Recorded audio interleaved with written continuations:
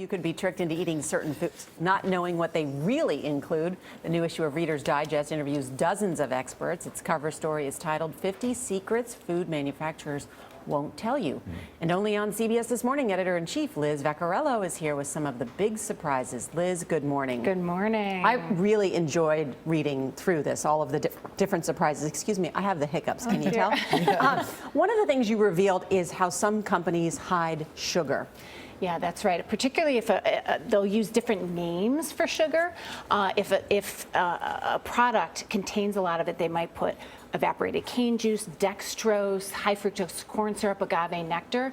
They'll use 2 or 3 different kinds of sugar so that the word sugar isn't the first thing on the ingredients list. It's good to look at. Yeah, you also said that there's a difference between multigrains and whole grains. That's right. If you see the word multigrain on a package, whether it's cereal or crackers, it usually means just many grains and not whole grains. So if you're looking for fiber in particular, the word multigrain is a little trigger to know that it probably doesn't contain as much as you think. So it's healthier to do whole grains? Whole grains, look for whole grains. This is the thing that got to me when you were talking about the potato chips. I love potato chips. You said that the baked potato chips may not be as healthy as you think. I'm thinking, so why am I doing this? Yeah, they're lower calorie, but really they're just conglomerations of highly refined potato flakes and a bunch of powders. So you might be better off just having a real potato chip cooked in maybe a healthier oil. Bless you, my child.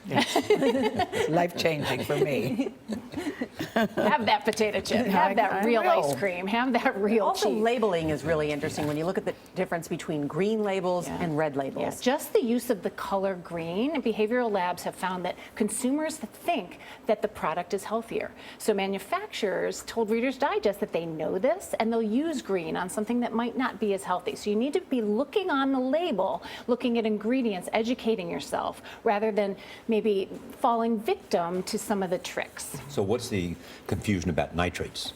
Well, so you might see no nitrates or no nitrates added on a meat product, for example. This is often incorrect because if you see celery powder on an ingredient list, the manufacturer will take that, convert it into a chemical. It's naturally high, celery powder, in nitrates. And they'll convert it into a chemical that in a lab behaves just the same as nitrates. I'm going to be looking at my nitrate-free bacon very soon because I look for celery powder. Look for celery powder. I think the color green versus red is very interesting. I never thought about that before, but now I'm looking. You brought olive oil for a reason, I assume? Yeah, they pulled olive oils off of supermarket shelves and found 70% didn't live up to the extra virgin label. So you need to make sure you have a little bit more confidence if your olive oil is in a dark glass container or a tin. That way light doesn't get through it. It's less likely to become rancid. Or if it has a harvest date on the label, that's the sign that it comes from a good manufacturer. Wait, so a dark bottle is better? Is better than a light label because the light can make the olive oil go bad more quickly.